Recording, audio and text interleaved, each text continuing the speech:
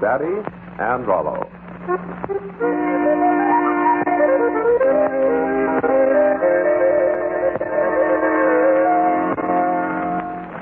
Written for WOR by J.P. McAvoy, an amusing true-to-life story of the problems of a father with his bright but mischievous 10-year-old son.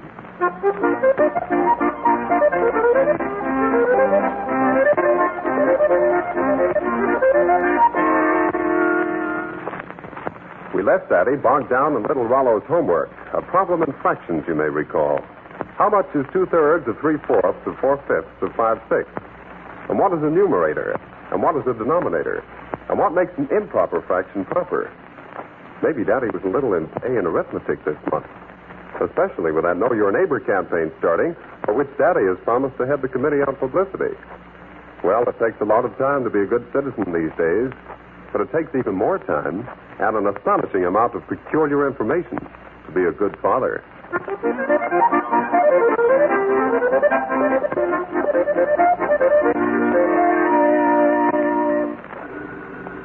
Rollo?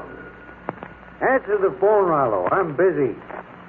Rollo, didn't you hear me answer the phone? Oh, I'm sorry, Daddy. I was reading. That's concentration. It couldn't be your schoolwork. Hello? Yes? Yes, he is. Just a minute, please. Somebody wants you, Daddy. Who is it? I don't know. Why didn't you ask? I forgot. Oh, Rollo, how many times have I told you to find out who's calling before you tell him I'm in? Yes, Daddy. I got to answer it. See if you hadn't told him. Hello? Yes? Oh, yes, Mrs. Cantwell. I'm sorry, I couldn't use your photograph in this week's paper. Well, it got crowded out. Yeah, maybe next week, Mrs. Cantwell. Yes, I thought it was very good. I'm not sure that I can use the dogs. You must have the dogs? What, is that really vital to our Know Your Neighbor campaign? Yes, I know everybody knows your dogs, Mrs. Cantwell. Well, I'll do the best I can about them, Mrs. Cantwell. Yes, we're having a meeting in the publicity committee tonight. That's right. Yeah.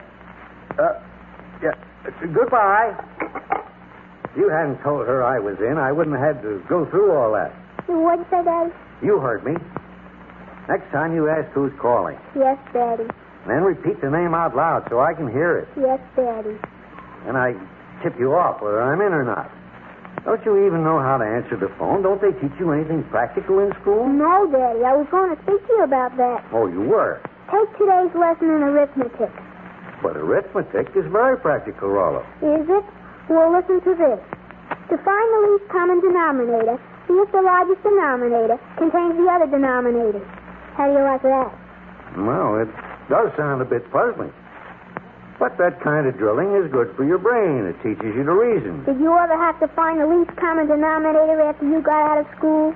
Well, no, not exactly. You said yourself you wasted a lot of time when you were a little boy in school learning how to figure out how much wallpaper it takes to paper a room. Oh, did I? Sure.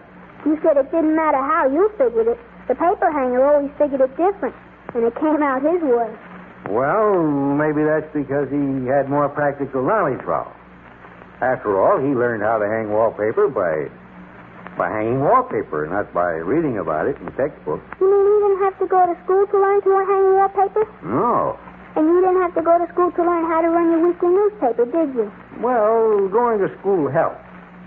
But I must admit I learned more about it by doing it. So if I quit school and went to work for you down at the newspaper office, wouldn't I learn more than if I stayed in school? Practical things like answering the phone and... Rollo, you don't understand. What you're getting now is the foundation. Learning how to read, spell, figure. Do you know what I think, Daddy? You think a lot of things. I mean about school. I can make a pretty good guess. Daddy, I think school is a great waste of time. Oh, you do? Yes, I do. I've been thinking about it. And how did you arrive at that interesting deduction? What? Deduction.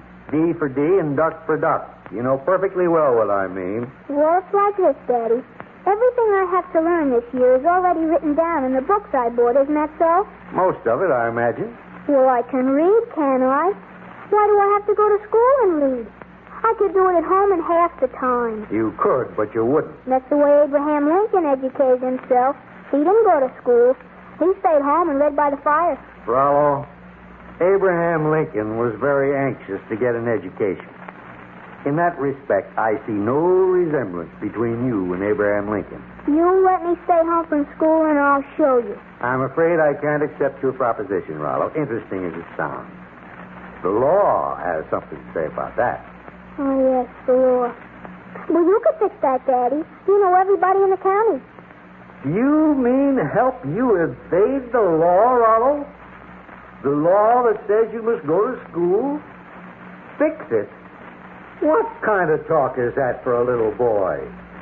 You certainly didn't learn that in school. You see, Daddy? That's what I was telling you. I don't have to go to school to learn things. I'm amazed, Rollo. Papa Wharton says if you know the right people, you can fix anything. That's a fine way for Judge Wharton to be bringing up his little boy. Well, anyway, that's what Papa says. All you need to know is the right people. Who are the right people, Daddy? You mean for fixing things, as you put it? Yes, Daddy. In such matters, the right people are the wrong people for the right people to get mixed up with. Say, that's pretty good. I'll have to make a note of that and use it for my editorial next week. The right people are the wrong... What did I say? Oh, I'm sorry, Daddy. I wasn't listening. Oh, there's another thing you might learn in school. How to listen. So you won't let me quit school? No, Rollo. You are doomed to a scholastic career. But you have given me an idea. More study, I'll bet. No, I think I'll combine your theoretical training in school with some practical training by myself. After all, it's a father's duty to Here we go again. work with his boy and not turn the entire job of education over to the educator. You've said all that before, Daddy. And I'll say it again. But when I want you to help me with my homework or something, you always get very busy. Rollo, a father and a head of a family has a great many things to do. Not only must he make a living, but he has his duties as a citizen of his community. Yes, Daddy. And now, in wartime, he has even more important responsibilities. You mean like getting the picture of Mrs. Cantwell and the dogs in the paper? Yes, Rollo. But what have Mrs. Cantwell's dogs got to do with winning the war? As you know, Rollo, this is a Know Your Neighbor campaign. We are already beginning to know more about Mrs. Cantwell. Yes, Daddy. Mrs. Cantwell is a hard worker, great organizer, and very patriotic. But she's full of human nature. Human nature, Daddy? Yes, and you can't do anything in a democracy if you don't know how to handle human nature. You can't make people do things. That's being a dictator. I get you, Daddy. So, in order to get Mrs. Cantwell to become a group leader in this Know Your Neighbor campaign, I will ask Colt, to Joel, print a picture of her. And, if possible, of her dog. She has 7 of them, Daddy. Yeah. If this were a dictatorship, I could tell her to jump in the lake with all 7 of them. But that's what we're fighting the war for, Rollo. So Mrs. Cantwell can have her dog's pictures in the paper? Certainly not. Now, what was I talking about? You could get me more mixed up about... Oh, yes, now I remember. I had an idea about giving you some practical training. You know, I think you're going to like this, Rollo. You think so? I'm sure of it. I'm going to get you to work with me on this Know Your Neighbor campaign. After all, you know more about the neighbors than I do. Is there going to be much work in it? I'm awfully busy with my school, and I really want to make those A's on my report card. You'll have plenty of time to make those A's, Rollo. I want a junior information committee, and you can be the chairman. What do I do? Well, first you organize your committees. You mean Chubby and Horseface and Topper and... Wait a minute. Now, don't just put your friends on it. Get some workers. I suggest you put Snippy Whitaker on it. What? Why, she'd try to boss at the very first thing. Well, let's not go into that. First, I'll tell you some of the things your committee could do. In fact, I think it might be a good thing if you looked over this little outline of just what the Know Your Neighbor campaign is. Here, read it. Fighting the war at home. In your neighborhood someday in a pile of air raid debris. How well do you know him right now? You get the idea, Rollo? I think so.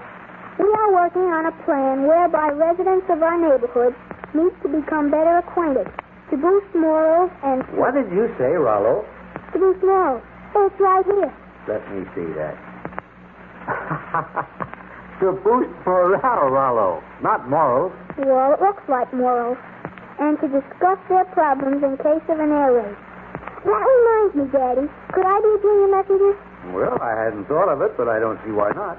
I couldn't be a junior messenger unless I had a bicycle. Rollo, for the last time, war or no war, civil defense or no civil defense, you cannot have a bicycle. I could know a lot more neighbors if I had a bicycle. Go on and read that. The plan calls for regrouping of our social structure by coming together in small neighborhood or block meetings rather than through church, club, or large organizations. And in this good neighborly way, people may come to know the persons with whom they are bound to be associated with in times of disaster. An excellent idea, don't you think, Rollo? What? What you just read. Go on. Growing shortages of gasoline and tires. A bicycle wouldn't use any gasoline, Daddy, and I'd go to the store and bring back... Read on, Rollo, read on. Growing shortages of gasoline and tires point toward the decentralization of many activities. Know Your Neighbor campaign will provide an opportunity to discuss what we are fighting for and what we as individual citizens can do to help win it. Period. Now do you see how you can help? Not without a bicycle. Rollo, you've gotten around for years now all over this neighborhood without a bicycle. There isn't a house on South Mountain Road, a man, woman, child, and you did it all without a bicycle. Now we'll hear no more about bicycles. Horseface has a bicycle. Horseface works in Brown's candy store. He's earning money. He doesn't get any money. He's paid off in comic books and candy bars. I don't care if Horseface has a bicycle. I don't care if he is paid off in comic books and candy bars. Well, he isn't earning money. All right, he isn't earning money. Who started all this Horseface business anyway? I was talking about you helping me on the Know Your Neighbor campaign. Now, are you going to help me on this campaign, or aren't you? Oh, I'll help you, Daddy. Well, that's more like it, Rollo. I'll do the best I can, Daddy. That's the spirit. I'll go all over the neighborhood and gather all the information I can. Well, that's my Rollo. But it's only fair to warn you. I'd do a much better job for the neighborhood and my country, Daddy, if I had a bicycle.